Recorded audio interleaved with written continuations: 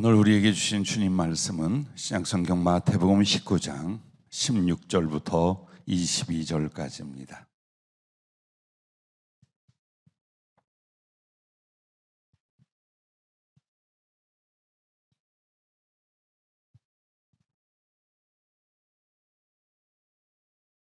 신약성경 마태복음 19장 16절부터 22절까지 함께 봉독하도록 하겠습니다. 어떤 사람이 주께 와서 이르되 선생님이여 내가 무슨 선한 일을 하여야 영생을 얻으리이까? 예수께서 이르시되 어찌하여 선한 일을 내게 묻느냐? 선한 이는 오직 한 분이시니라. 네가 생명에 들어가려면 계명들을 지키라. 이르되 어느 계명이 오니이까? 예수께서 이르시되 살인하지 말라, 간음하지 말라, 도둑질하지 말라, 거짓 증언하지 말라, 네 부모를 공경하라, 네 이웃을 네 자신과 같이 사랑하라 하시는 것이니라. 그 청년이 이르되 이 모든 것을 내가 지켜 싸운즉 아직도 무엇이 부족하니이까?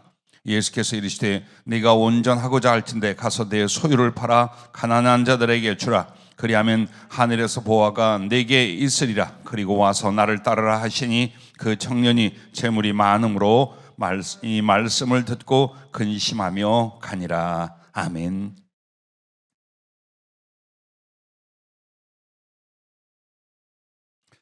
빈 그릇이라는 제목으로 성령께서 말씀을 허락하셨습니다. 하나님 앞에 그릇이라는 말을 우리가 많이 나누고 듣습니다. 그런데 이 하나님 앞에 그릇됨이라는 것은 하나님께서 채워주시고 또한 주님을 쓰신 대로 퍼주는 복됨인 것입니다. 그러나 하나님께서 부어주시기 위해서는 반드시 비워진 빈 그릇이 되어야 합니다. 합당치 않은 것, 버려야 할 것을 가득 채워놓고 하나님께서 채워 나를 쓰시도록 혹은 은혜를 주시도록 부탁하고 희망하는 것은 결코 바른 믿음이 아닙니다. 오늘 많은 것을 채우고 넘치도록 가지고 있는 한 부자 청년이 예수님께 나왔습니다. 그는 그의 행실과 소유를 인하여 넉넉하고 부유했습니다. 그러나 그에게는 항상 영생, 하나님의 구원에 대한 목마름이 있는 듯 보였습니다.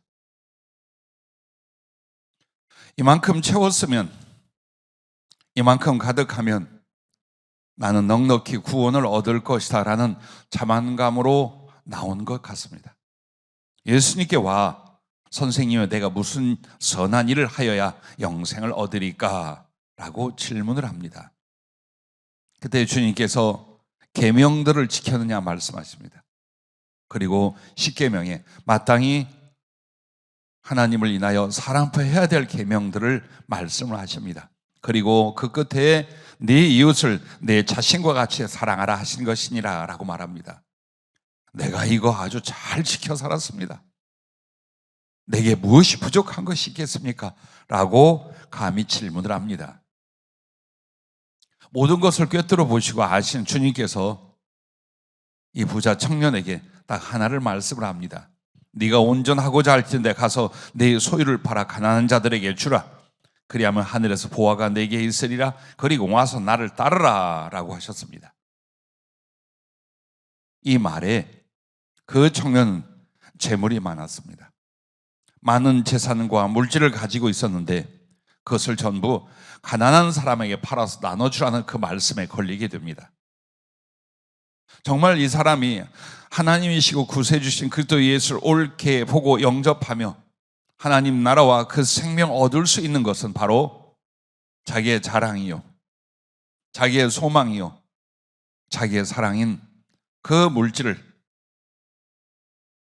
바로 하나님과 영생을 위하여 진리를 쫓아 선한 일을 위해 나누어 줘야 했습니다. 그에게 하나님의 나라가 담기기 위해선 그렇게 사랑하던 물질들을 선한 일을 위하여 비워야 했던 것입니다. 그러나 이 청년은 안타깝게도 그 물질과 많은 재산을 놓을 수가 없었습니다. 영생, 하나님 나라, 구원을 말하면서도 결코 그것을 비우고 하나님의 구원을 소중히 담을 수가 없었습니다. 오늘 우리들에게 주님 앞에 비워진 그릇이 되어야 될 두 가지가 있습니다. 그 첫째가 구원입니다. 그러므로 여러분과 나는 하나님의 구원을 내 존재에 모시고 담기 위하여 구원의 빈 그릇이 먼저 되어야 합니다. 오늘 이 부자 청년에게 주님이 하신 말씀의 핵심이 무엇이겠습니까? 비워라였습니다. 네가 구원을 받고자 하느냐? 비워라. 내가 너에게 영생을 채워주기를 원하느냐? 비워라. 그렇게 말씀하고 계신 것입니다. 그러면 우리는 구원을 위하여 먼저 죄와 악을 비워야 할 것입니다. 마태복음 19장 16절부터 19절 말씀은 계명에 대한, 한마디로 사람들과 삶 속에서 우리가 하지 말아야 될 것을 말합니다. 살인하지 말라, 간음하지 말라, 도둑질하지 말라, 거짓 증언하지 말라, 내 부모를 공경하라. 자, 어찌 계명의 종류가 이 몇 가지만 있겠습니까? 우리가 고통과 슬픔을 삶으로 하고 죽음을 맞게 됩니다. 그리고 지옥의 처참한 형벌 속에 던져지는 영원한 멸망, 저주를 갖게 됩니다. 그 가운데서 구원을 받기 위하여 주 예수께서 오셨습니다. 그분의 처참한 희생, 목숨을 바치시며 산채로 지옥 형벌을 당하심, 이 모든 일들은 나의 죄악을 담당하시기 위한 것이었습니다. 이제 우리는 그 예수께서 흘리신 피, 당하시는 고통과 죽음을 인하여 죄의 사함을 얻는다고 믿고 있습니다. 그러기 위하여 그 그리스도의 보혈, 그리스도의 구원을 우리가 모셔드리기 위하여 내 인생과 영혼과 삶에 가득한 죄와 악을 비워내야 한다는 것입니다. 이것이 없이는 예수 그리스도, 그의 생명과 구원이 우리 안에 부어질 수가 없기 때문입니다. 죄라고 하는 것은 먼저 하나님을 부인하는 모든 마음과 말과 행위입니다. 세상에서 말하는 죄와 성경에서 말하는 죄는 약간의 차이가 있습니다.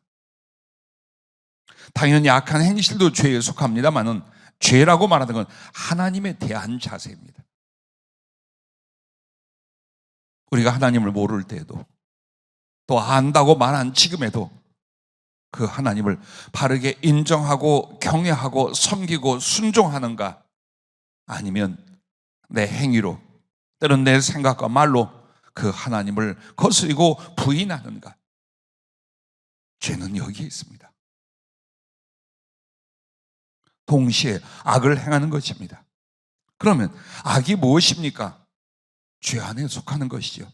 그러나 그 악을 정의하자면 진리가 인정하는 선을 제외한 모든 마음과 말과 행위가 악입니다. 즉, 이것은 선이 아니야.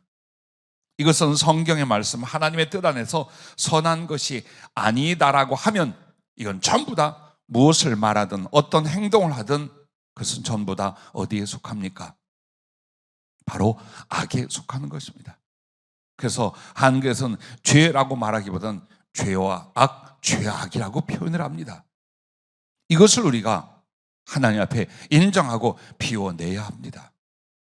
우리는 믿음으로 구원을 받는다는 말을 마치 죄악을 회개하여 버리지 않고도 그냥 예수 그리스도와 그의 공로를 마음에 인정하면, 그리고 나름대로 종교 생활을 따라가면 구원이 임할 것이라고 생각을 합니다. 절대 그렇지 않습니다. 결코 그렇지 않습니다. 오늘 우리들에게 하나님 앞에 나아갈 때에 모든 목표가 구원을 얻는 것입니다. 기도의 응답도 있겠거니와 축복도 있겠거니와 하나님의 은혜를 받아 당시의 영광을 위한 충성도 있겠지만 궁극적으로는 천국에 들어가는 구원입니다. 그러기 위하여 여러분과 나는 죄와 악을 비우는 빈 그릇이 먼저 되어 가야 합니다. 또한 비워야 될 것은 구원을 위하여 잘못된 신앙을 비우는 것입니다. 본문의 부자 청년은 아마도 어려서부터 아주 바르고 정규적인 종교 생활을 해왔습니다. 그런데 어찌하여 주님 앞에 칭찬과 인정을 받기는커녕 살그머니 사라지는 존재가 됩니까? 나름대로 사람들 앞에 그는 잘 믿는 사람, 하나님을 무척 경외하는 사람처럼 굴었고 보였을 것입니다. 그런데 오늘 우리도 마찬가지입니다. 여러분과 나에게 정말 올바른 믿음으로 구원을 맞이하여 살아가고 있는지, 아니면 잘못된 신앙인데도 스스로 우기며 믿기를 나는 잘 믿고 있어, 그래도 나는 구원을 받았어 라고 말하는지 분별할 수 있는 두 가지는, 첫째, 주께 사랑이 없는 신앙생활인지, 진실로 주님을 향한 사랑의 신앙생활인지 여기에 달려 있습니다.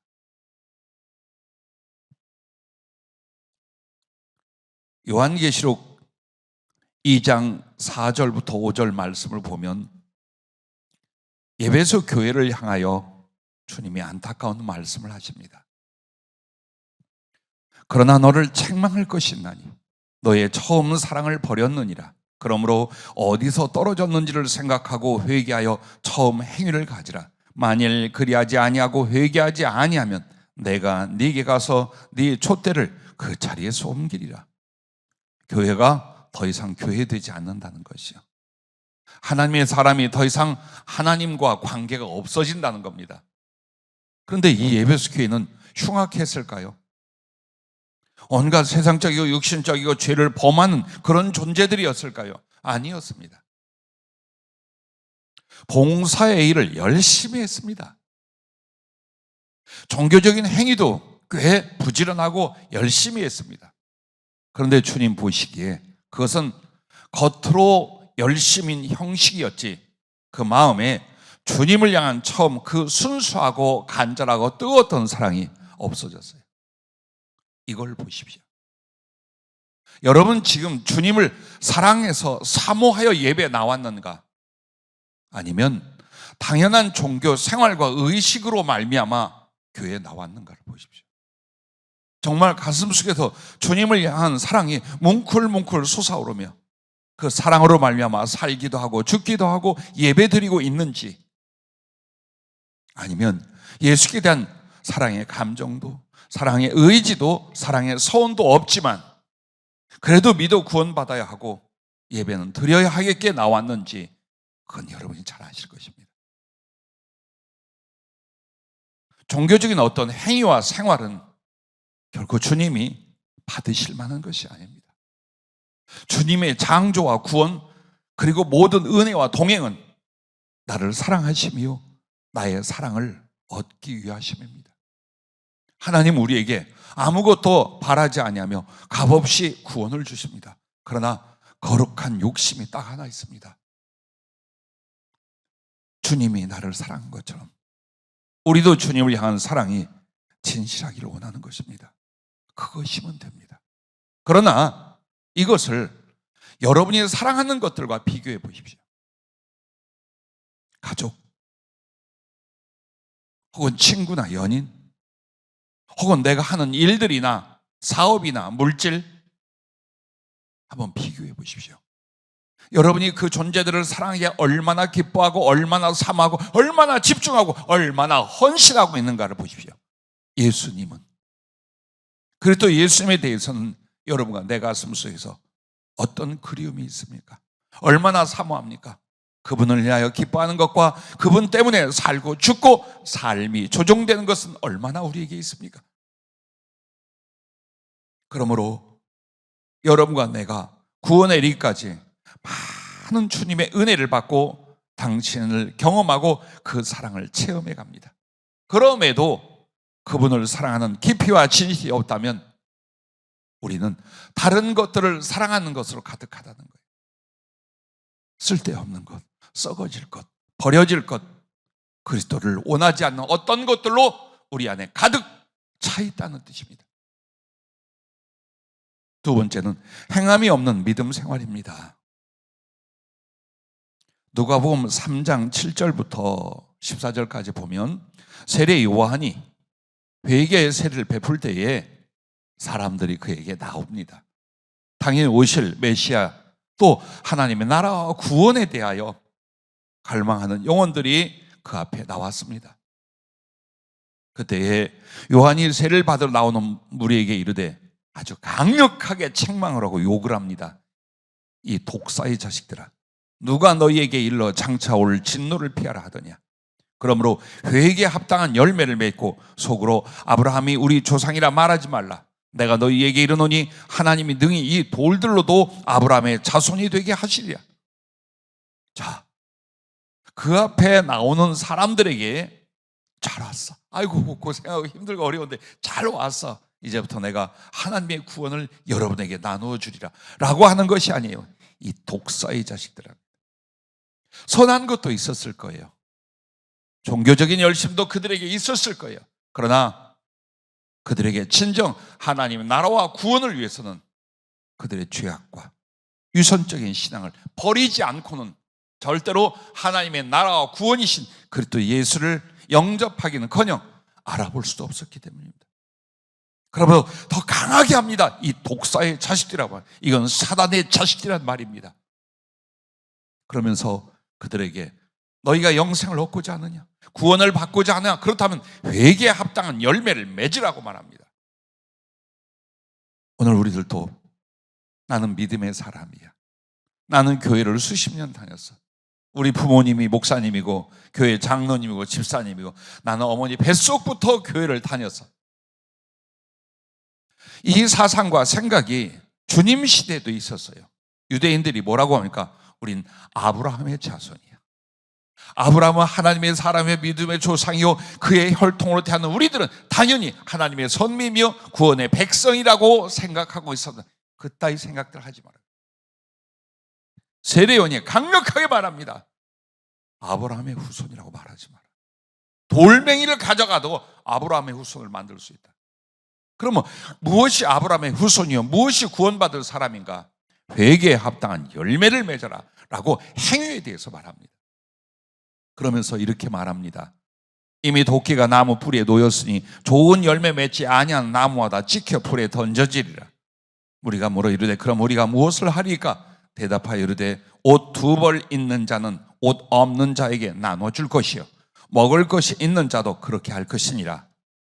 세리들도 세례를 받고자 하여 와서 이르되 선생이여 우리는 무엇을 하리까 하며 이르되 부과된 것 외에는 거두지 말라 하고 군인들도 물어 이르되 우리는 무엇을 하리까 하며 이르되 사람에게 강탈하지 말며 거짓으로 고발하지 말고 받는 급료를 족한 줄로 알라 하니라. 자, 행함이 있는 믿음에 대해서 말합니다. 회개의 열매, 그리고 하나님께 비워져 있는 구원을 위한 그 그릇은 뭐냐?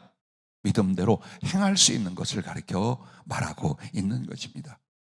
오늘 여러분과 내가 이것이 하나님의 말씀과 뜻이 아니야 라고 하면 버릴 줄 알며 고칠 줄 아는 것입니다. 이것이 하나님의 뜻이요 그가 원하는 것이라면 행동으로 옮기고 방향을 설정하여 그렇게 생활하며 삶으로 들어가야 할 것입니다. 이렇게 여러분과 나에게 두 가지를 보십시오.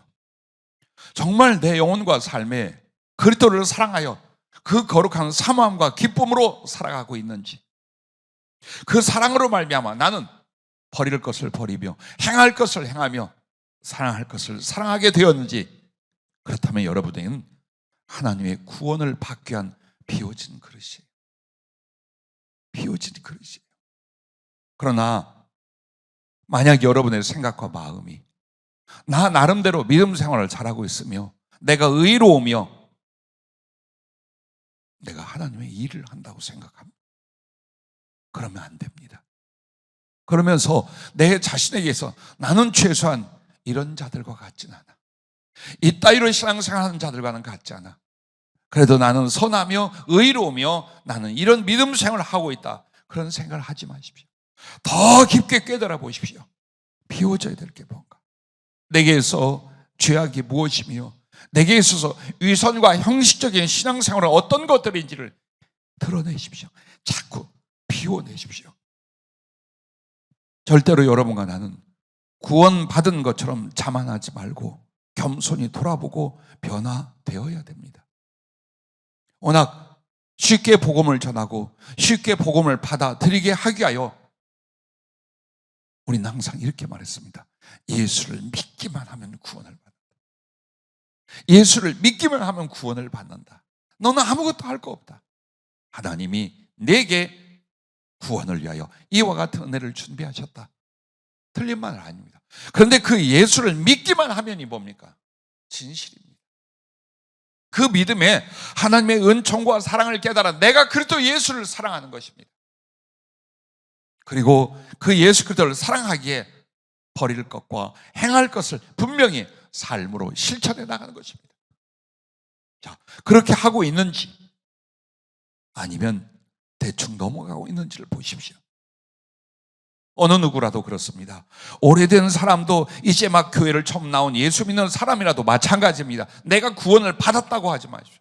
구원의 확신은 성령이 주신 것이지 어느 교리나 성경 구절을 암송하여 자기 스스로에게 최면을 걸면서 나는 구원받았다, 나는 구원받았다 하는 것이 온전한 믿음이 아닙니다. 이렇게 죄악을 비우고 잘못된 신앙을 비우고 나면 하나님께서 그 빈 그릇에 구원을 부어 주실 줄로 믿으시길 바랍니다. 할렐루야. 그러면 하나님께서 내가 비워냈어. 그래서 구원이라는 거룩한 하나님의 나라와 생명을 내게 담아주신다면 어떤 일이 벌어질까요? 첫째, 성령으로 거듭나게 하신다는 것입니다. 주님 오셨을 때 이스라엘 사람, 유대인들은 다 자기들이 하나님을 믿는 사람이요, 구원을 받은 사람이요, 영생에 약속된 사람이라고 생각하고 있었습니다. 그 중에 관원인 니고데모가 예수님께 나왔습니다. 그때 예수님은 이런저런 대화 속에서 이런 말씀을 하십니다.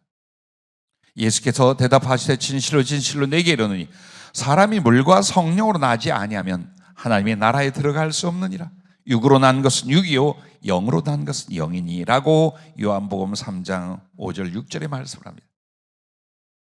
생전 들어보지 못한 말씀이요, 생각하지 못한 내용입니다. 사람이 이렇게 늙었는데 어머니 뱃속으로 들어갔다가 다시 태어납니까? 거듭나야 된다는 말을 그렇게 생각을 하는 것입니다. 거듭난다는 것, 즉 두 번 난다는 것, 첫째는 육체로 태어나는 겁니다. 어머니 뱃속을 통해 세상에 존재케 되는 그 탄생을 그렇게 말합니다. 그럼 두 번째 태어나는 게 뭘 말합니까? 예수님을 믿어 성령으로 다시 태어나는 과정입니다. 즉 하나님의 성령이 임했다면 만약에 여러분이 어떤 경험과 표적을 한번 체험하는 것이라면 모릅니다. 그러나 그 하나님의 성령이 내게 임하여 거주하신다면 가장 먼저 나에게 이루시는 하나님의 은혜, 거룩한 작업이 뭐냐? 성령으로 거듭나게 하십니다.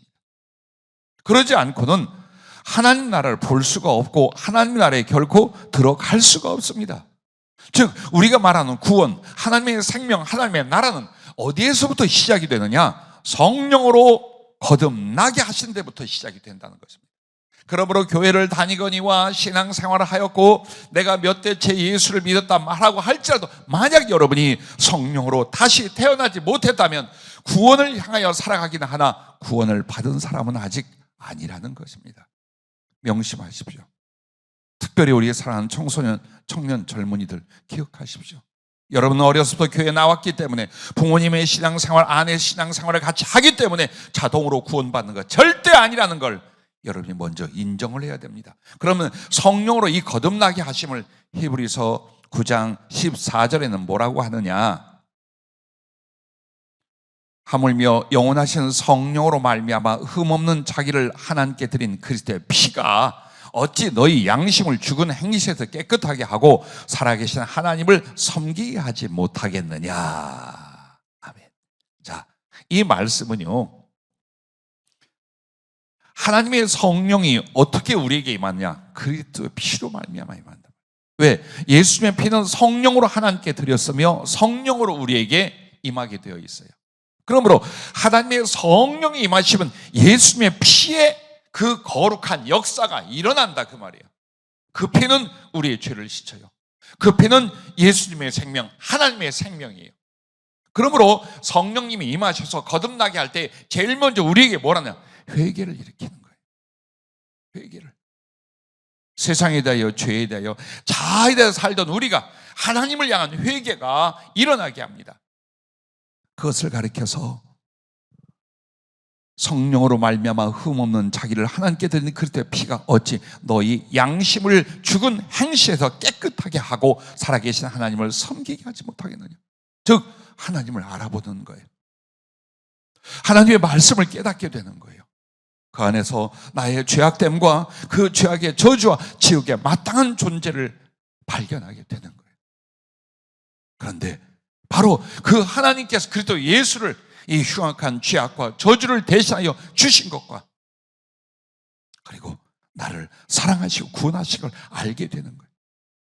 그러므로 내 안에서 내 흉악한 죄악들, 내 악한 양심들, 하나님 앞에 죄와 악을 깨닫고 이것을 씻어내는 작업이다. 여러분이 그리하셨습니까?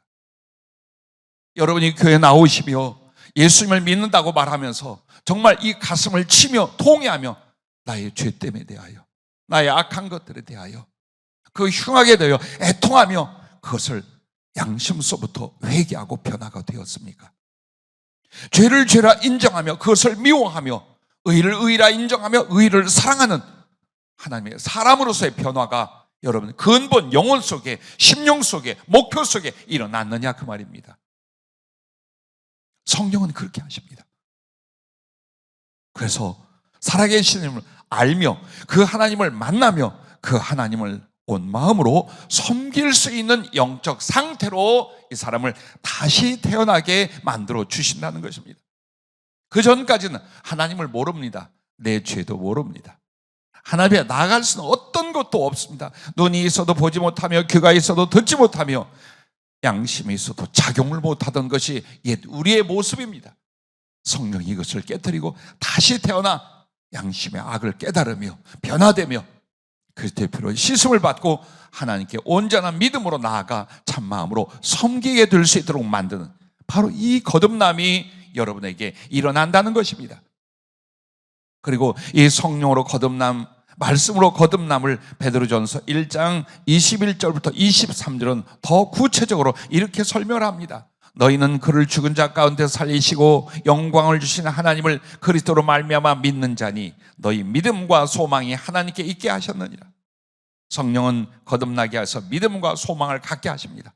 너희가 진리를 순종하러 너희 영혼을 깨끗하게 하여 거짓이 없이 형제를 사랑하게 이르렀으니, 자, 너희가 진리를 순종함으로 너희 영혼을 깨끗하게 하여, 이 부분이 일어난다는 거예요.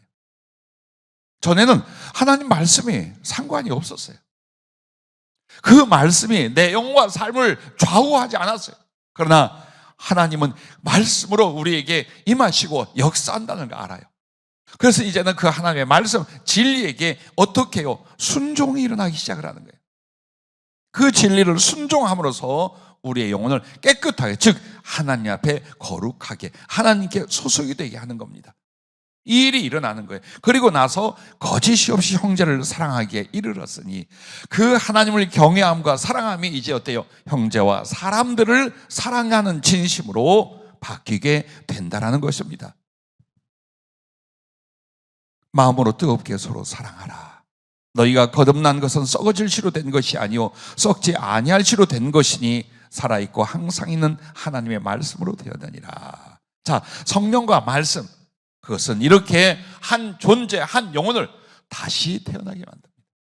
죄악을 깨닫고 그것을 그리스도의 피로 씻어내게 하고, 그리고 선한 양심이 되어 하나님을 경외하며 그 말씀에 순종하게 돼요.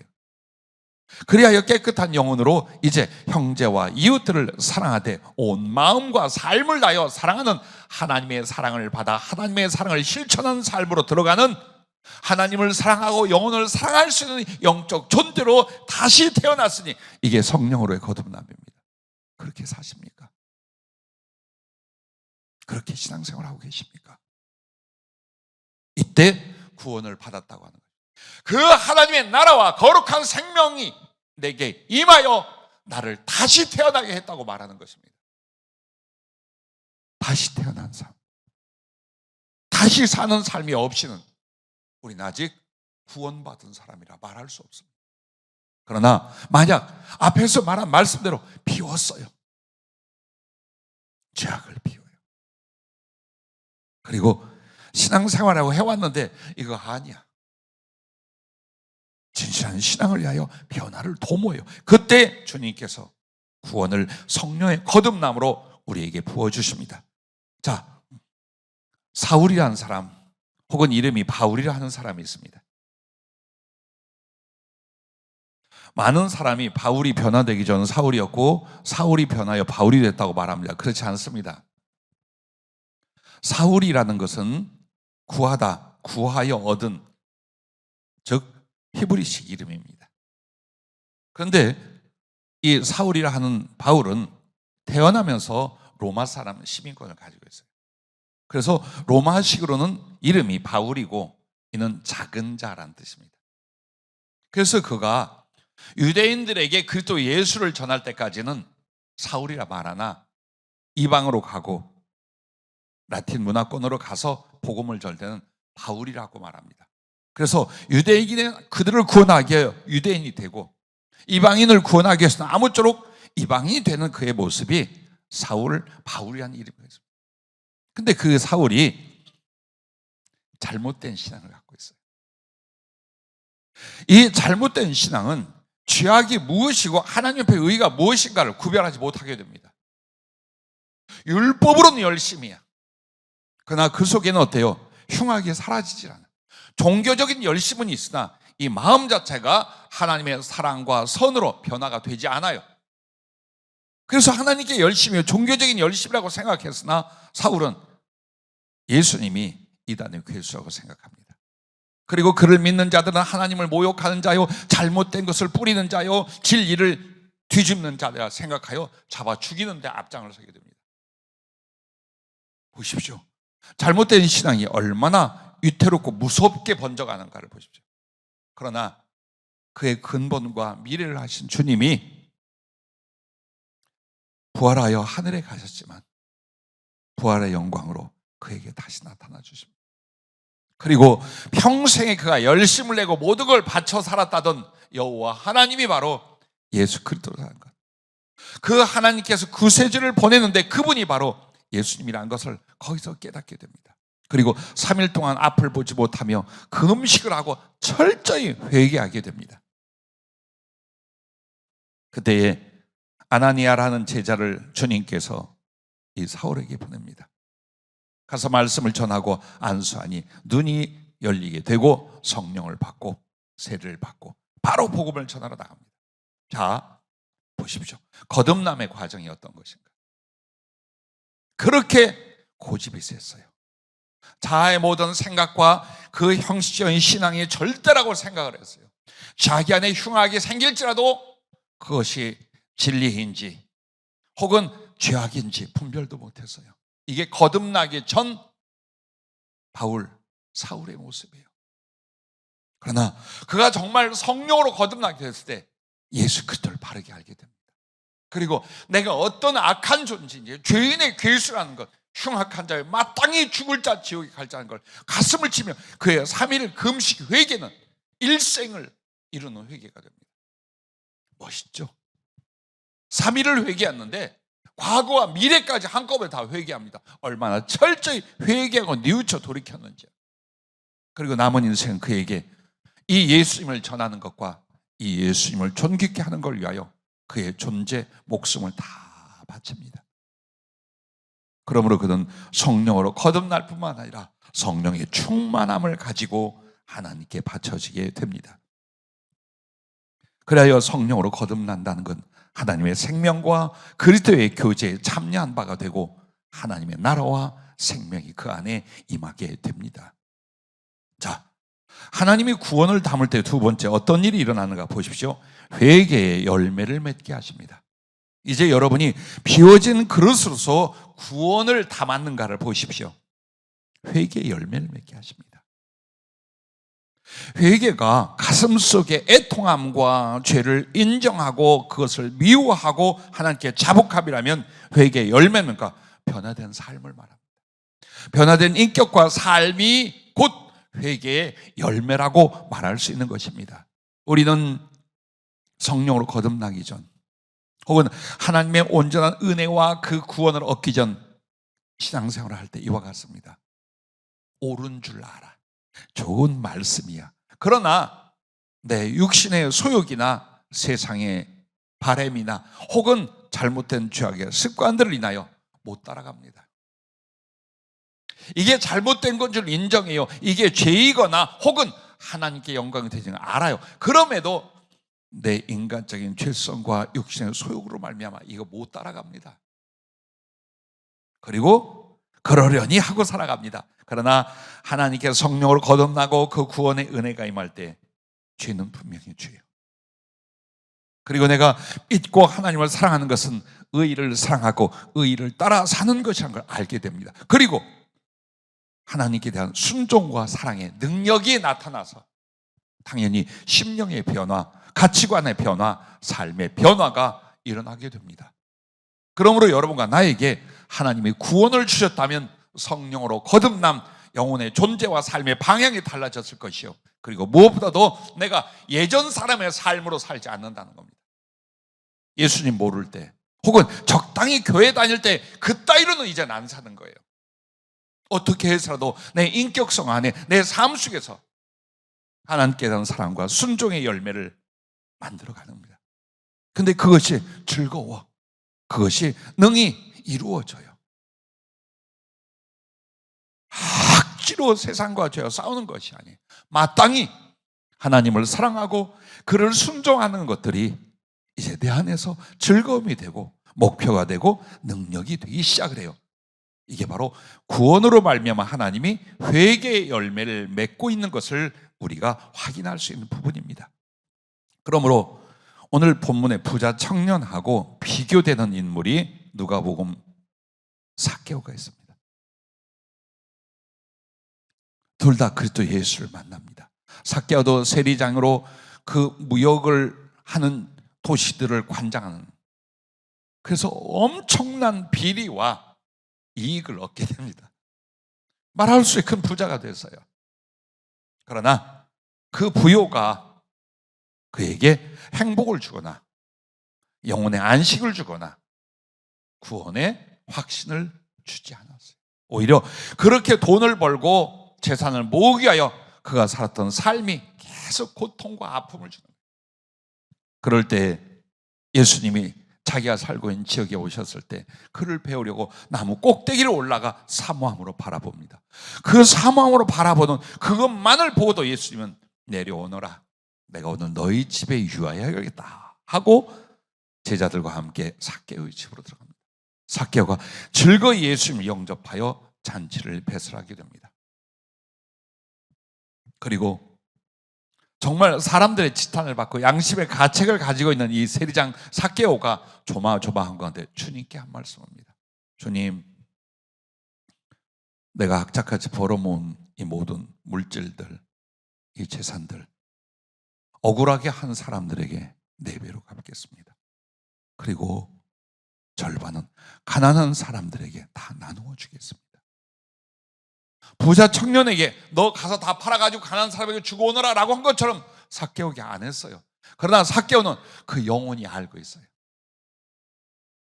죄의 근본이 무엇이었고 하나님을 진실로 영접하고 사랑할 수 없게 했던 게 무엇이라는 것.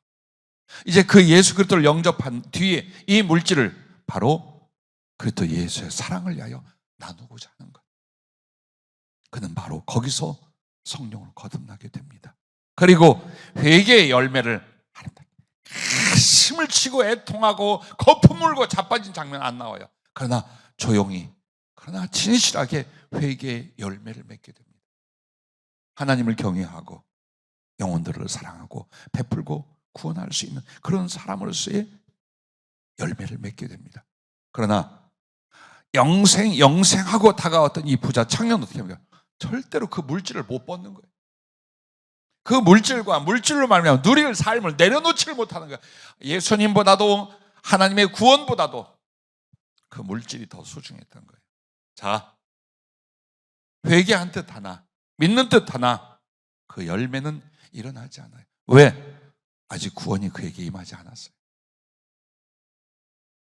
버리지 않았고 비우지 않았기에 구원이라는 최상의 거룩한 선물이 그에게 들어갈 수가, 부어질 수가 없었다는 걸 성경은 아쉽게 말씀하고 있는 것입니다. 그러므로 여러분과 내가 잘 아는 갈라디아서 5장 22절부터 23절에 보면 성령의 열매가 나옵니다. 사랑과 기쁨과 평안과 오래 참음과 자비와 양선과 충성과 온유와 절제니 이 같은 것을 금지할 법이 없다. 그런데 이 성령의 열매가 곧 무엇입니까? 회개의 열매입니다. 구원받은 사람들이, 하나님의 성령으로 다시 태어난 사람들이 그들의 인격과 지향하는 삶이, 그리고 그들 안에서 솟아나는 성령님 예수 그리스도의 생명력이 과연 그들에게 어떤 인격과 어떤 삶을 내어주느냐, 그게 회개의 열매, 성령의 열매인 거죠. 사랑하게 됩니다. 주 안에서 기뻐하게 됩니다. 평안을 사랑하고 화평하게 됩니다. 사랑을 위하여 수고가 오래 참게 됩니다. 자비를 베풀며 선하게 됩니다. 그리고 모든 일에 성실과 하나님을 향한 충성이 있습니다. 주님 앞에 겸손과 영혼들 앞에 온유를 갖게 됩니다. 죄에 대하여 욕망에 대하여 절제하고 돌아설 줄 압니다. 자, 이 같은 성령의 열매라는 게 곧 오늘 회개의 열매, 구원의 열매라는 것을 인정하시길 바라며 여러분 풍성히 누릴 수 있기를 바랍니다. 세 번째로, 하나님께서 비워진 그릇에 부어주는 구원은 우리에게 어떻게 나타납니까? 천국과 부활이 그의 것이 되게 하신다라는 것입니다.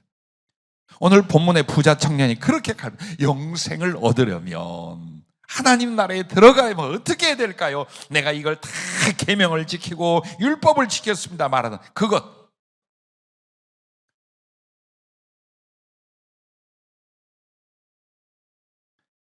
오늘 본문 19장 16절에 그가 얼마나 갈망하며 주님 앞에 나옵니까? 그리고 27절 말씀에 보면 제자들 역시 그럽니다. 이에 베드로가 대답하여 이르되 보소서, 우리가 모든 것을 버리고 주를 따라 싸운즉 그런즉 우리가 무엇을 얻으리까? 라고 말합니다. 자, 이에 주님이 부자 청년에게 주고자 했던, 그리고 베드로와 그 제자들에게 주고자 했던 것이 무엇인지 28절과 29절에 말씀하고 계십니다. 예수께서 이르시되 내가 진실 너희에게 이르노니 세상에 새롭게 되어 인자가 자기 영광의 보좌에 앉을 때에 나를 따른 너희도 12 보좌에 앉아 이스라엘 12지파를 심판하리라. 또 내 이름을 위하여 집이나 형제나 자매나 부모나 자식이나 전토를 벌인 자마다 여러 배를 받고 또 영생을 상속하리라. 아멘. 이렇게 말씀을 하고 있습니다. 그렇습니다. 여러분에게 구원이라고 하는 것은 하나의 개념과 어떤 현상과 변화의 작은 증거를 가지고 살아갑니다. 그러나 실제로 그것은 이제 우리에게 무엇을 줍니까? 천국을 주며 부활의 존재로 살아가게 만들어 주십니다. 그래서 진리를 알고 하나님에 관한 신앙을 조금이라도 갖게 되는 사람들은 전부 다 무엇을 생각합니까? 천국, 그 영생을 사모합니다. 그런데 구원의 결국은 하나님의 나라를 주는 것이요, 여러분은 이 연약한 육신을 입는 존재가 아니요, 혹은 육신을 떠나 영으로만 있는 존재가 아니라 예수 그리스도의 부활처럼 신령한 몸, 하나님의 전능하심으로 말미암아 만들어진 몸, 썩지도 변하지도 않는 영생의 몸, 그리고 하나님의 사랑과 지혜와 능력의 사처럼 여러분의 영혼이 겹쳐진 부활의 존재로 하나님과 감히 같이 되는 그런 존재로서 하나님 나라의 존재, 하나님 나라를 누리는 존재가 됩니다. 그것이 육체만 벗으면 있습니다. 몇 걸음만 더 걸어가시면 이 아픔과 이 죄스러움의 육신을 벗고 난 그 순간 여러분 예수님을 볼 것입니다. 그리고 그분이 여러분을 위하여 준비하신 그 나라를 보게 될 것입니다. 거기서 여러분이 얼마나 영화롭고 아름다운지, 얼마나 위대한지, 얼마나 사랑스러운지, 그런 존재로 그런 하나님의 나라를 누릴 것이라는 것을 여러분 기대하십시오. 사실 천국은 결코 쉽게 들어갈 곳이 아니라고 마태복음 19장 23절부터 말씀을 합니다. 예수께서 제자들이 이르시되 내가 진실로 너희에게 이르노니 부자는 천국에 들어가기가 어려우니라. 다시 너희에게 말하노니 낙타가 바늘기로 들어가는 것이 부자가 하나님의 나라에 들어가는 것보다 쉬우니라 하시니 제자들이 듣고 몹시 놀라 이르되 그렇다면 누가 구원 얻을 수 있으리까? 그러니까 그래도 어느 정도 이런 신앙생활이면 넉넉히 천국에 다 들어간다고 그 시대의 사람들은 생각을 하고 있어요. 언제? 누구처럼? 오늘 우리들처럼. 에이, 설교는 저렇게 하셔도 그래도 우리는 하늘나라 가지. 에? 어디서 온 믿음입니까? 도대체 어디에서 온 그 자신감입니까? 그렇게 말해요. 거기에 대고 주님 말합니다.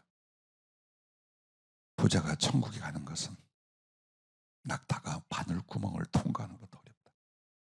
이 말은 절대로 인간적인 모습, 사람의 노력으로는 천국 절대 못 간다는 말입니다. 그러나 예수님으로 말미암아 그분을 만나 그분한테 비워지는 그릇들, 그 그릇들에게는 주님과 그 나라를 부어주신다라고 말씀을 하고 계신 것입니다. 요한계시록을 여러분에게 간추리 말씀을 드리자면 종말에 관한 이야기예요. 세상 끝날 어떤 일이 벌어지고 하나님이 어떻게 세상을 심판하며 부활의 주님과 성도들이 이 땅에 와서 완전한 천국이 이루어지는가, 이런 것들에 대한 이야기예요. 그러나 그거보다 더 가장 중요한 것이 그 안에 기록이 되어 있어요. 이게 뭐냐?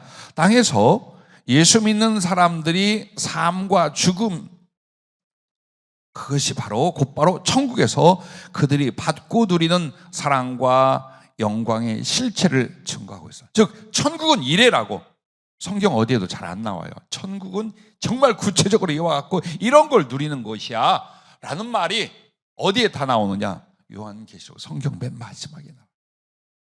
그래서 여러분들에게 정말 하나님 나라를 좀 더 느끼고 거룩한 사모함에 일으키려면 요한계시록에서 자세히 보세요.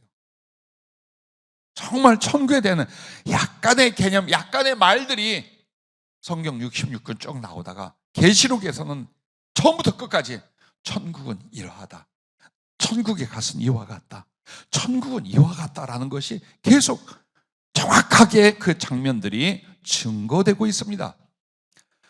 이 요한계시록을 봤던 사도 요한은 홀로 남았어요. 그의 동지, 그의 친구들이었던 사도들과 많은 성도들 다 죽었어요. 다 순교했어요. 그런데 그에게 하나님의 성령이 천국에 그를 들어올려서 보게 합니다. 그래서 그 속에서 요한계시록 4장 4절에 보면은 자기 친구들이 하나님 보좌 앞에 앉아서 흰옷을 받아 입고 금 면류관을 쓰고 하나님께 영광과 찬송을 돌리고 있는 모습을 쫙 보여줘요. 그리고 하나님의 보좌가 어떻게 생겼는지, 어떤 영광인지를 상세하게 설명하며 그 하나님 나라의 천군 천사들과 그리고 자기의 친구들과 그리고 수없이 많은 천사들이 어떻게 하나님께 영광을 돌려 예배하고 찬양하는지, 어떤 은혜와 생명 속에 있는지를 정확히 보게 됩니다. 동시에 계시록 7장 13절부터 17절에는 환난 중에 신앙을 지킨 성도들, 죽을지라도 그리스도를 배반하지 않은 그들이 천국에서 위로받고 있는 장면을 보여주십니다. 정말 하나님께서 그들의 장막을 치시고 그들에게 생명샘으로 인도하시고 그들을 친히 품고 위로하신 장면이 나옵니다. 또한 요한계시록 7장 13절 17절 넘어서 3절 4절에 보면 14만, 소위 그렇게 말만 14만 4천을 하나님 뽑아요. 그럼 그들이 누구냐? 각 시대도 있겠지만은 마지막 때에 정말 복음을 위하여 영혼 구원하려 목숨조차 바치는 충성된 하나님의 종들입니다. 그들이 어떻게 수고하고 어떻게 하나님께 부름을 쭉 지나서 요한계시록 14장 1절부터 5절에 딱 가면 그들의 모습이 다시 나와요. 하나님의 보좌 앞에, 시온산 앞에 14만 사. 그들만이 부를 수 있는 사랑의 노래, 하나님 앞에 새 노래로 찬양을 합니다. 그들이 얼마나 순수했는지, 그들이 얼마나 주를 사랑했는지, 어떤 고난을 받았는지, 어떤 존재인지를 하늘나라에서 증언하고 있습니다. 그 다음에 전체 이제 인류 구원 역사 동안 믿음에 충성된 하나님의 백성들이 요한계시록 19장 7절부터 9절에 보면 그토록 사모하고 사랑하던 어린 양 예수님과 혼인잔치하는 장면이 나옵니다. 하늘에서 우리 주님과 부활의 몸을 입고 예수 그리스도 가장 깊은 사랑의 결속과 연합의 선언, 그리고 존재적 변화가 요한계시록 19장에 나와요. 그리고 20장으로 넘어가면 이제 4절부터 6절까지 예수 그리스도가 이 세상으로 직접 눈으로 보이게 재림을 하십니다. 그때에 그 주님과 함께 부활의 성도들이 이 지상으로 함께 옵니다. 그리고 그들은 부활하여 1000년 동안 왕노릇하리로다 이렇게 말씀을 합니다. 동시에 계시록 맨 마지막인 21장, 22장에는 하나님 나라의 아름다움과 영광이 무엇이며 구원을 받은 우리 성도들이 그 하늘에서 어떤 은혜를 누리고 어떤 존재가 되는가를 상세히 보여주고 말씀을 합니다. 이토록 여러분이 천국에 대하여 구원을 받는 것에 대하여 명확하게 보여주고 증언하고 증거하는 것이 요한계시록. 저는 신앙생활 하면서 이런 갈등이 있었어요. 천국을 모르는데 어떻게 천국 가기를 사모하겠는가? 이 땅에서 잘 되고, 그래서 이 땅에서 은혜 받기를 원하는 것이지 하늘나라가 잘 안 나와. 하늘나라는 이렇다라는 말이 성경에 별로 없다라는 거예요. 그런데 실제로 요한계시록에는 가득합니다. 아주 가득하여 볼수록, 묵상할수록 성령이 그것을 조명해 줄수록 하나님 나라에 가고 싶은, 당연히 그 천국에 기꺼이 생명이라도 던져서 가고자 하는 거룩한 열망을 갖게 만들어 주십니다. 오늘 여러분 그와 같습니다. 여러분과 내가 이 땅에 사는 이 수고는 길어야 몇십 년일 겁니다. 100년 세대라고 하는데 100년 사십시오. 그러나 10살을 살든 100년을 살든 이 세상에는 눈물과 고통뿐입니다. 그리고 낳는 것이 죄입니다. 어느 날 죽고, 그리고 우리의 운명은 주 예수 그리스도의 구원이 아니었다면 지옥이었습니다. 그러나 하지만 이 땅에서 이 작은 믿음 가지고도, 이 작은 변화를 가지고도 비었다는 이유로, 당신을 맞아 영접했던 이유로 그 나라가 여러분의 것이 될 것입니다. 그러므로 사는 데 대한 희망도 가지십시오. 하나, 그보다 10배, 100배로 이 육체를 벗는 희망을 가지십시오. 이 죄와 수고를 벗는 그날 내가 얼만큼 더 그리스도께로 갈까요? 얼만큼 더, 어느 시간만큼 더 주님 나라 향해 갈까요? 그리고 그 뒤, 그 끝에서 주님을 배울까요? 여러분의 모든 영혼과 삶이 그 소망으로 가득할 수 있기를 주의 이름으로 축복합니다.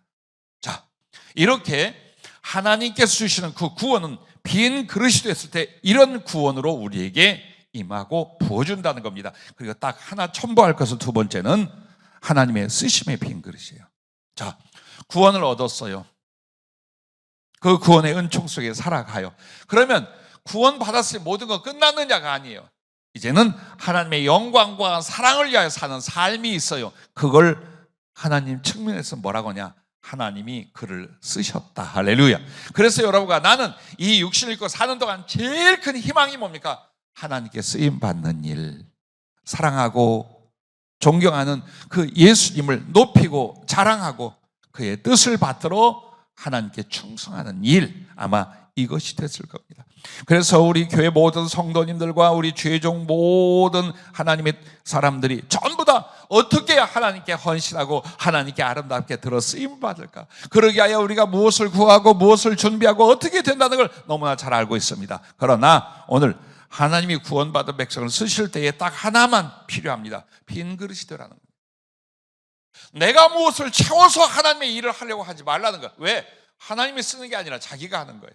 그러면 하나님이 쓰는 건 어떻게 할까요? 비워. 너를 비워. 그러면 하나님이 채워서 하나님의 영광을 위하여 하나님을 쓰시게 된다는 겁니다. 이 거룩한 공식을 자꾸 우리는 잊어요. 내가 무엇을 해야 돼? 내가 무엇을 준비해야 돼? 내가 무엇을 만들고 무엇을 벌고 어떻게 해야 돼? 그런데 버리지는 않아. 비우지는 않아. 그렇다면 무엇이 있을까요? 이 거룩한 하나님의 뜻 앞에서 계속 갈등과 연단의 세월이 갑니다. 왜 나는 이렇게 갈등을 겪으며 연단을 받을까? 비웠어요? 버렸어요? 빈 그릇이 됐어요? 하나님이 부어 쓸 수 있도록 비워줬어요? 안 비운단 말이에요. 가득 채워진 채로 여기에 더 달라라는 거예요. 그거 버려야 된다. 그거 비워야 된다. 그래야 내가 이것을 주어서 너를 쓸 수 있어. 이 말씀을 끊임없이 하는데 30년, 40년, 50년 계속하고 계신 거예요. 하나님이 쓰시고자 하면 하나님의 은혜를 부어서 그것을 세상과 사람들에게 퍼주고 나누어 주게 하심입니다.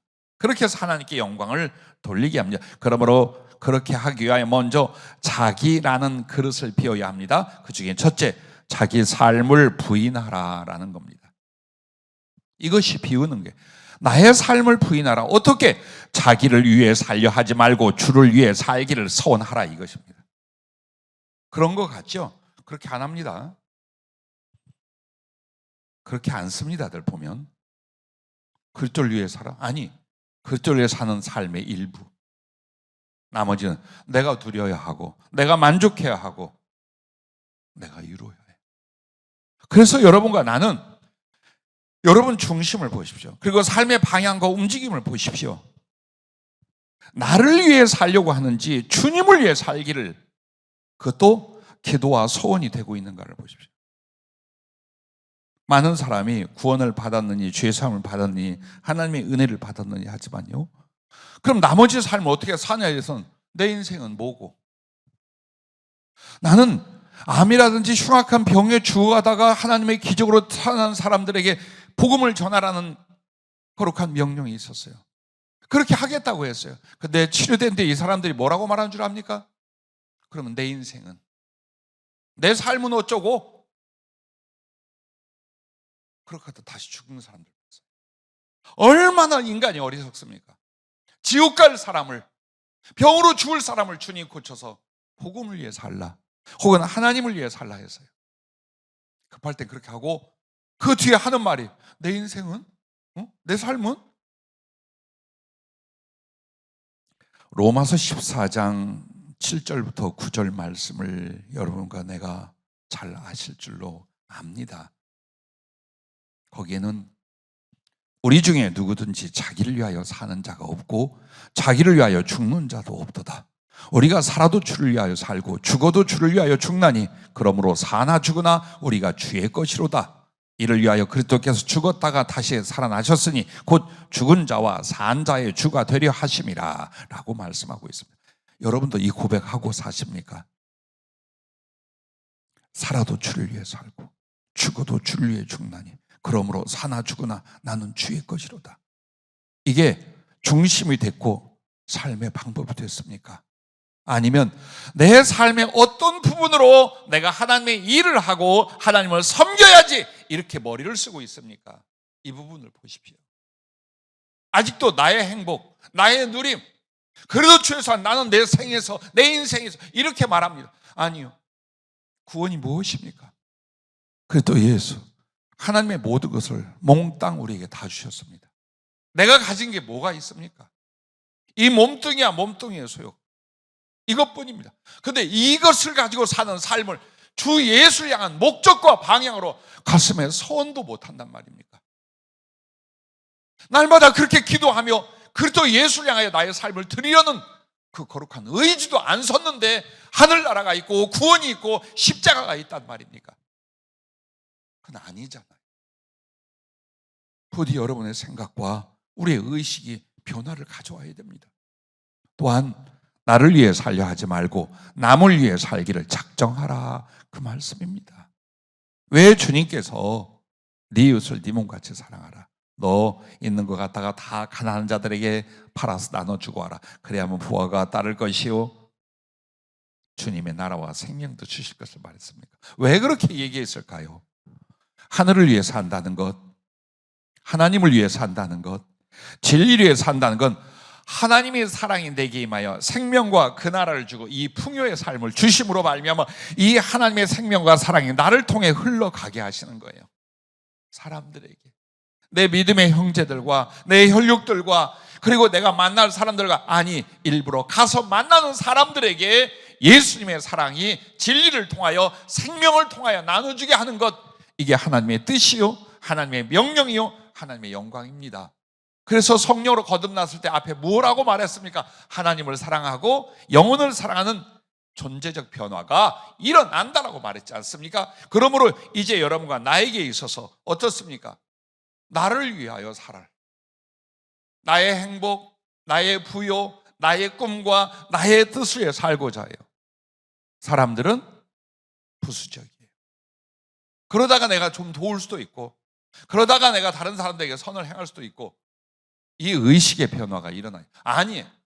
하나님을 위하여 산다, 그리고 예수를 위하여 산다는 전적으로 남을 위하여 사는 겁니다. 여러분이 이걸 인정을 해야 돼요. 그리고 여러분의 삶에 변화와 결단이 일어나야 돼요. 끊임없이 이기적인 자아가 나를 위해 살려고 해요. 핑계는 하나님, 핑계는 주의 일, 핑계는 영혼 사랑이라고 말하지만 끊임없이 나는 나의 인생이 있고 나의 행복이 있고 나의 욕망과 바람이 있어요. 그걸 위해 살고 있는 거. 이게 부서지라고 말이에요. 이걸 비우는 그릇이 되라고 말이에요. 죽지 않아. 가난해지지 않아. 다 없어지지 않아요. 그렇게 살아도. 근데 벌써 가슴 속에, 머릿속에 꽉 차 있어요. 나의 인생, 나의 행복에. 그렇다면 결코 주를 위하여 여러분은 아무것도 할 수 없어요. 아무것도 할 수 없어요. 왜 하나님이 나를 쓸 수 없는가? 나의 인생과 나의 행복에 대하여, 나의 삶에 대하여 내가 꽉 쥐고 있단 말이에요. 의식과 가치관과 내 모든 삶에서 그러고 있단 말이에요. 어떻게 쓰겠어요, 하나님? 어떻게 쓰겠어요? 우린 이렇게 말합니다. 성령의 능력이 오면, 돈을 많이 벌면 내가 하나님이, 아니라니까요. 여러분 제발, 그게 아니라니까요. 하나님 앞에 그가 우리를 쓰시는 것은 나를 비웠기 때문에 그분으로 채워지는 이 과정이라니까요. 그러기까지 여러분은 소위 나와 여러분은 연단이라는, 시련이라는 시간을 보내요. 왜 이 연단과 시련인가? 너 버려라 그 말이에요. 너 빨리 네 삶을 포기해. 네가 하는 거 포기해. 네가 하고자 하는 건 너의 욕심이야. 버려라. 너의 삶이 아니라 그리스도를 위한 삶으로, 나를 위함이 아니라 다른 영혼들을 위함으로 빨리 너의 의식과 목적과 중심과 생활의 방식을 바꿔라. 이걸 가르쳐 말하는 것입니다.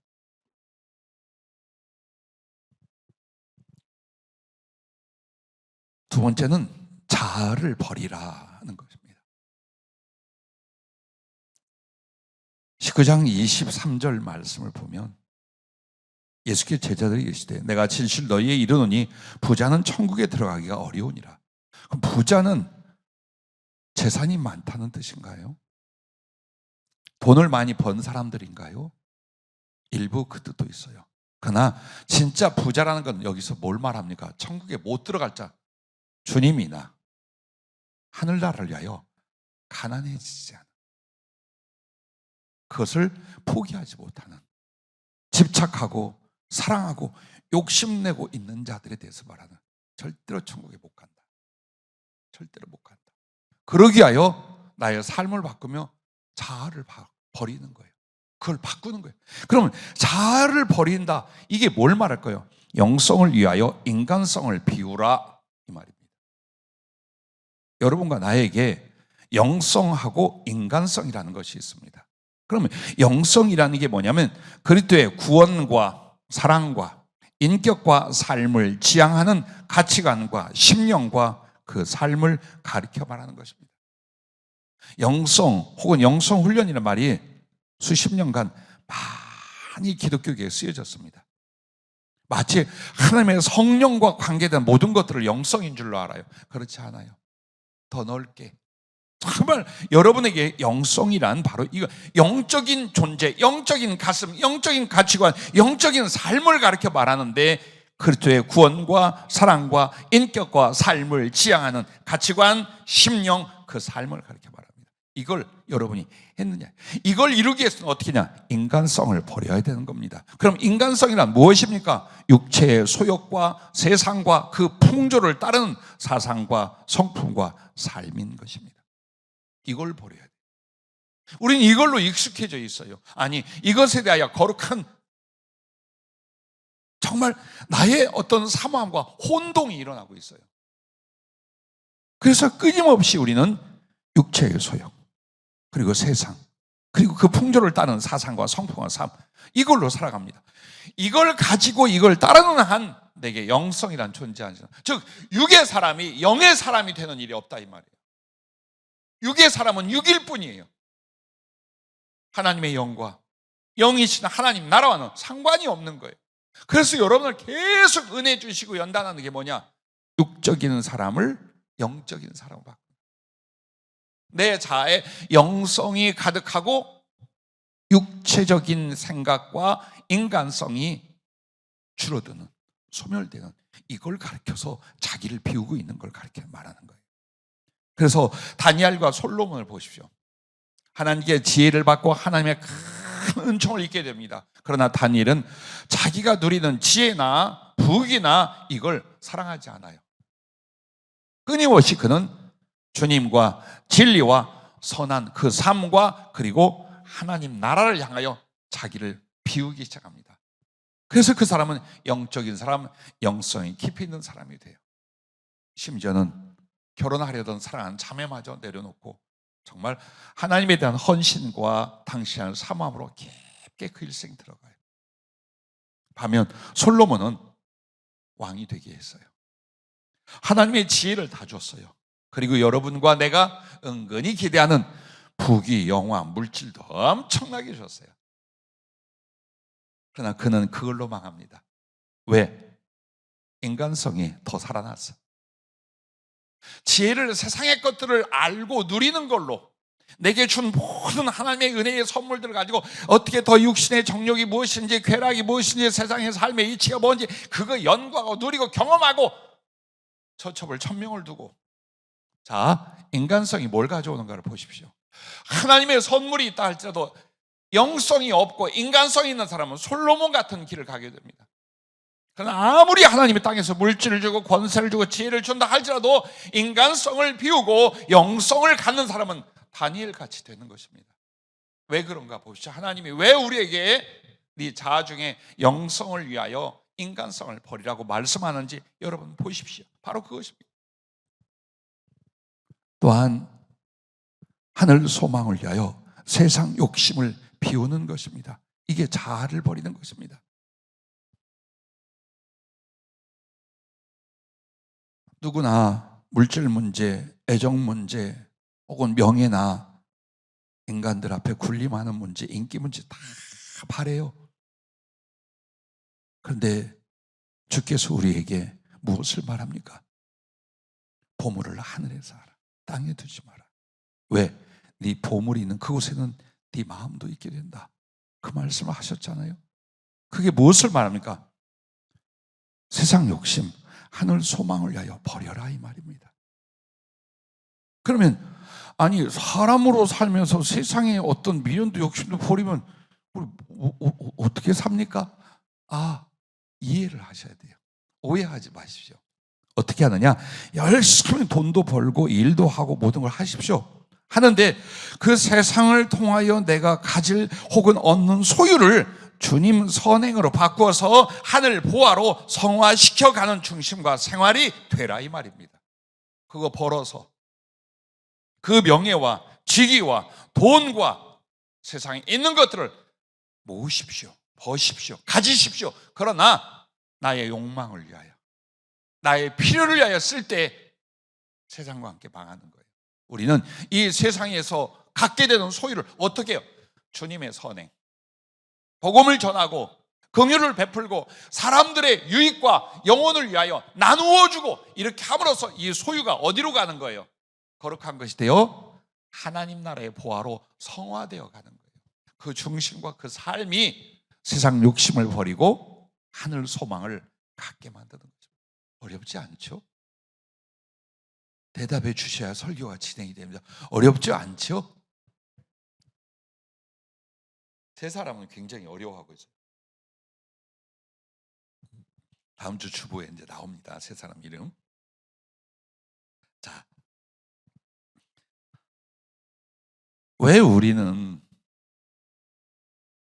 바울이나 주님의 제자나 초대교회 성도들하고 똑같은 하나님, 그분의 사랑을 받았어요.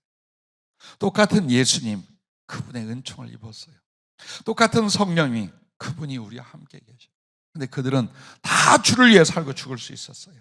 다 다른 영혼들을 위하여 살고 자기를 바칠 수 있어요. 우리는 왜 못할까요? 우리는 왜 안 될까요? 그리고 이게 왜 괴롭거나 슬프지 않을까요?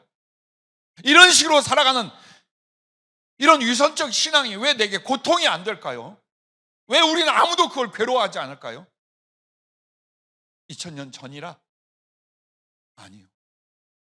주님과 진리 앞에 맞대어 서는 순간들이 많아야 합니다. 주님과 그 진리 앞에 맞대어 서면 가슴에 고통이 오기 시작하는 거예요. 이렇게 믿는 거 아니야. 이렇게 사는 거 아니야. 이 짧은 시간을 이렇게 보내는 게 아니야 라고 여러분 분명히 여러분의 선한 양심이, 거듭난 영혼이 여러분을 일깨우게 될 줄로 믿습니다. 난 여러분에게 어느 분들 이야기를 좀 함께 나누려고 합니다. 6.25 전쟁 때에 북한에서 침공에 나와 밀려가다가 다시 유엔군들 연합군이 와서 올라가게 됩니다. 그때에 미군 중령이었고 군목이었던 러셀 블레이젤이라는 분이 있었어요. 그분이 서울 그리고 근교에서 전쟁 고아들을 계속 데려왔어요.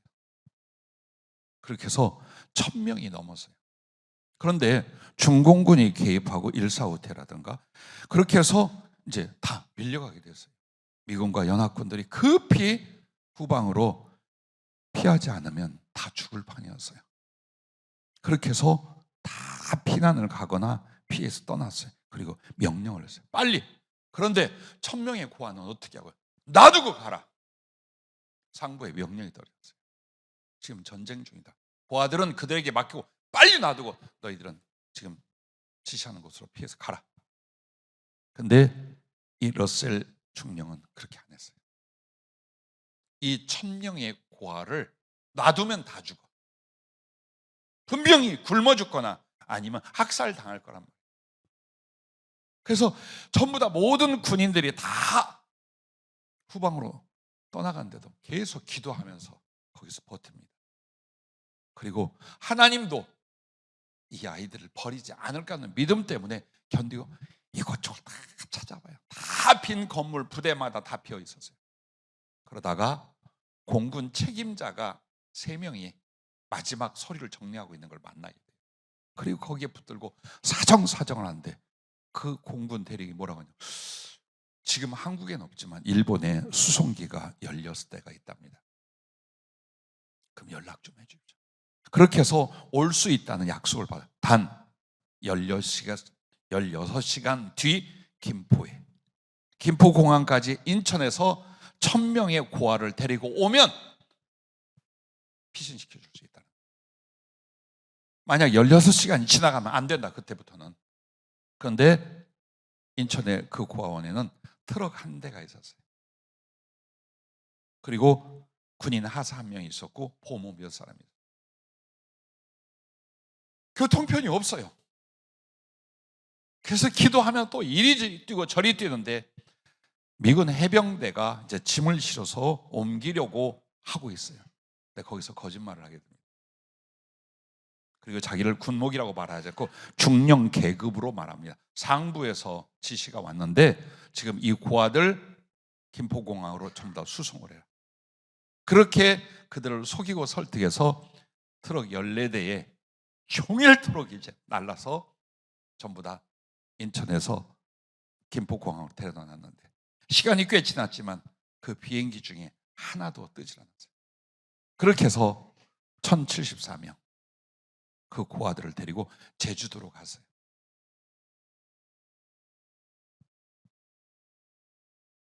그렇게 해서 거기에서 또 한 분의 공군 수령이며 목사님하고 둘이 그들을 거기서 다 안전하게 먹이고 키우게 됩니다. 자, 그 뒤에 군법회의가 열렸어요. 거기에 회부됩니다. 명명불복종이에요. 큰 징계를 받게 됐어요. 근데 신문하는 사람이 묻습니다. 왜 그렇게 했느냐? 이 일은 누구라도 해야 하고 누구라도 했을 것입니다. 그러면 여러 가지를 물은 뒤에 그렇게 묻더래요. 당신 또 그러면 현장에 가서 그런 상황에서 또 그렇게 하겠느냐? 예, 10번이라도 그렇게 합니다. 그리고 징계는 받지 않았어요. 자, 그렇게 해서 그들이 다 살게 되었고, 그리고 그 중에 한 명이 그런 신앙 간증을 해요. 아버지라고 러셀 중령을 부르는데 그분이 한국에 왔을 때에 끌어안고 울면서 그랬대요. 아버지, 당신은 나를 2번 살렸습니다. 고아되어서 죽어갈 때 나를 살렸고 그렇게 해서 나를 하나님께 인도하셨습니다 하고 끌어안고 울었다고 그래요. 자, 군인으로서 피하면 돼요. 그리고 명령이 있었어요. 전쟁 중에 불복종은 어떤 위험을 가져올지 몰라요. 그럼에도 자기를 희생하여 어린아이들을 살려요. 나는 그런 이야기들 쭉 읽고 보면서요, 이런 생각했어요. 왜 요즘은 잘 나타나지 않을까? 이런 아름다운 이야기들이 요즘 교회와 우리들 세계에서는 별로 간증되지 않을까? 여러분과 나의 삶에서 삶의 목적이 어디에 있는가입니다. 정말 주님을 위하여 살게 하여 다른 영혼들에게 있다면 우리는 어떤 일이라도 할 것입니다. 어떤 길이라도 갈 것입니다. 그리고 후회하지 않을 것입니다. 최소한 여러분이 크고 위대한 이렇게 간증이 남을 만한 일이 아니더라도 여러분이 비웠어요. 주 예수를 위하여 그리고 다른 영혼들을 위하여 나의 삶을 부인하고 자아를 버리기 시작을 했어요. 그렇다면 주님께서 그 비어진 그릇에 충성의 달란트를 부어주십니다. 여러분과 내가 잘 알잖아요. 주인이 타국에 가면서 종들에게 달란트를 맡깁니다. 어떻게? 장사해서 남기란 뜻이에요. 그래서 충성된 종에게는 5달란트를 줬고 그 뒤에는 11달란트를 더해줍니다. 여러분, 이것입니다. 여러분과 내가 하나님 앞에 먼저 된 충성은 나를 비우는 겁니다. 그분이 충분히 부어서 나를 쓸 수 있도록 내 중심과 인격과 삶의 방향과 내용들을 바꾸는 겁니다. 그거부터 해야 됩니다. 삶에 대해서 육체에 대하여 가득된 미련과 염려와 욕심을 가지고도 하나님이 내게 부어서 나를 쓸 거란, 왜 우리는 이런 착각을 할까? 절대 그렇지 않습니다.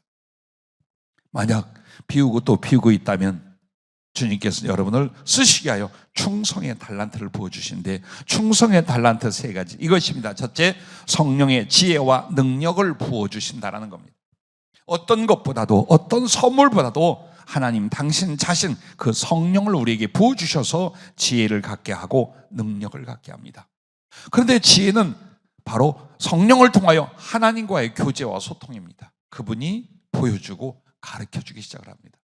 내가 엄청난 지혜자가 되는 게 아니라, IQ가 어마어마하게 올라가는 것이 아니라 하나님과 친해지니 그분이 말씀하기 시작을 해요. 장래일까지 어떤 일들, 모든 방법과 지식과 지혜에 대하여 장래에 대해 말씀하기 시작을 해요. 그 친밀함 속에, 교제 속에서 말씀하고 가르쳐주고 보여주니 다니엘 같았고 요셉 같았고 모든 믿음의 사람들, 성령 임한 사람들이 그와 같았던 거예요. 지혜는 이렇게 와요. 그럼 능력은 뭘까요? 하나님이 쓰시고자 하고 하나님의 영광을 위하여 수고하고자 할 때에, 혹은 그것을 계획할 때에 하나님이 일해 주시는 거예요. 하나님이 일을 해. 내가 하는 게 아니라 하나님이 역사하고 하나님이 일을 해 주시는 거예요. 누구에게? 성령을 주신 사람들에게.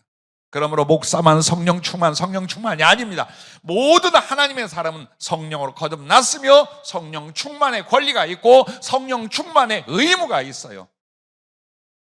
그러므로 비우십시오. 하나님의 성령, 그분의 지혜와 능력이 바로 여러분에게 주실 첫 번째 달란트라는 겁니다. 그러므로 요셉을 보고 다니엘을 기억해 보십시오. 그들은 아무것도 없었어요.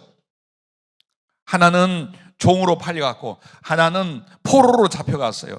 그리고 그들은 소년들이었어요. 그런데 그들에게 하나님이 성령으로 지혜를 주었어요.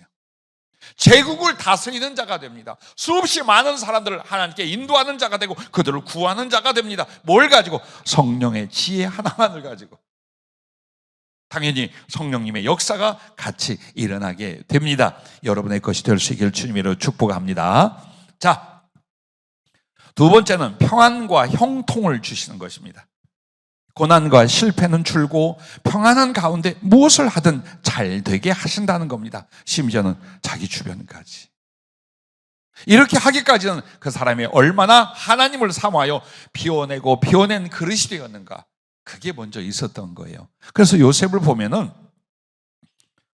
이 사람이 하나님께서 그에게 형통케 하셨더라라고 하는데 보디발의 집에 팔려갑니다. 그런데 요셉을 인하여 보디발 집이 아주 형통하고 잘 되게 만듭니다. 그래서 모든 걸 다 맡깁니다. 자, 누명을 쓰고 감옥에 갔습니다.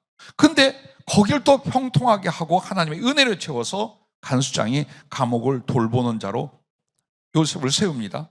바로 앞에 나가게 됩니다. 이 요셉을 위하여 그 나라가 큰 위기 속에 빠지게 되지만 형통하게 됩니다. 그리고 굶어 죽게 된 자기의 혈육들이 찾아옵니다. 그들 모두가 다 영적으로나 생활적으로나 형통하게 만들어집니다. 한 사람이 하나님께 쓰임을 받음으로 그 자신과 그의 사역이, 그리고 그가 섬기고 사랑하는 사람들까지 다 어떻게 돼요? 평안과 형통에 이르게 만들어 주시는 거예요. 이것은 우연 아니에요. 이것은 기적이 아니에요. 그만큼 요셉은 비우는 과정이 있었잖아요. 비우게 하셨어요. 스스로 버렸고 또 비워지게 했고 그 위에 하나님이 충성의 달란트를 부었을 때 그것은 평안과 형통으로 나타났다라는 겁니다. 그리고 세 번째가 기도와 소원을 이루어 주신다라는 것입니다. 이것이 무엇일까요? 기도하면 그대로 이루어져. 가슴에 꿈을 품고 하나님께 소원을 가지면 인생에서 그걸 이루게 해주셔요. 그런데 아무에게는 아니에요. 하나님이 쓸 수 있도록 자기를 비운 사람들에게요. 자, 우리의 상당한 문제가 뭔가를 보시죠. 비우려 하지 않아요. 그냥 기도해요. 비우려 하지 않아요. 그냥 하나님께 소원을 품어요. 그리고 이게 왜 응답이 되느냐 안 되느냐 더디냐 이것만을 생각해요. 기도하면서 비우시길 바라고 충성하면서 비우시길 바라고 계속해서 하나님 앞에 이 내용들로 자기를 비워보십시오. 그래야면 주님께서 어떻게 합니까? 내 마음에 소원을 불러주셔요. 빌립보서 2장 13절에서 하나님은 우리 안에 소원을 두고 행하셔요. 가슴속에 나 예수님을 위해서 이렇게 살 거야, 이런 일을 할 거야, 이렇게 사랑할 거야. 그리고 나는 그분께 이런 사랑을 받고 하나님 나라에서 나는 하나님 나라 가장자리가 아니야, 하나님 보좌 앞에 가서 주님을 만질 거야, 그분을 끌어안고 나 있을 거야, 일어나게 만들어요. 그리고 그것은 그 소원을 이루어가는 구체적인 기도로 들어가게 만듭니다. 주님, 나를 부서뜨려 주옵소서, 성령을 주시옵소서, 하나님의 뜻을 위하여 이런 일을 할 수 있도록 이런 은혜를 주시옵소서 기도하게 됩니다. 그런데 이 기도가 다 응답이 되고 그리고 어떻게 됩니까? 그 소원을 성취해 주시는 거예요. 요한복음 15장 27절에 보면은 여러분과 내가 잘 아는 이 말씀이 있습니다. 너희가 내 안에 거하고 내 말이 너희 안에 거하면 무엇인지 구하라. 그리하면 이루리라 하십니다. 우리가 그리스도 안에 거하는 것과 그리스도의 말씀이 내 안에 거하는, 즉 그분과 그 말씀이 내 안에 거할 수 있도록 비운 사람들이에요. 비워진 사람들이에요. 그 사람들은 무엇을 구하든지 하나님이 다 들어주신다 그 말이에요. 왜? 그의 소원이 주님의 소원이요, 주님의 마음이 그의 마음이요, 그의 뜻이 주님의 뜻으로 일치되기 때문이에요. 그러므로 충성된 농부에게는 그 주인이 땅과 종자씨를 풍성하게 주고 충성된 목자에게는 양과 소떼를 무한하게 맡기고 충성된 사업가에게는 5 나아가 11달란트를 몰아주시는 주님입니다. 오늘 여러분과 나에겐 2가지만 있습니다. 구원을 담아주시는 것과 내가 주님께 사랑과 충성하여 쓰임받는 그 거룩한 달란트를 부어서 쓰시는 것입니다. 그런데 이 둘 다 어떻게 하라고요? 말씀 따라 비우는 데 있습니다.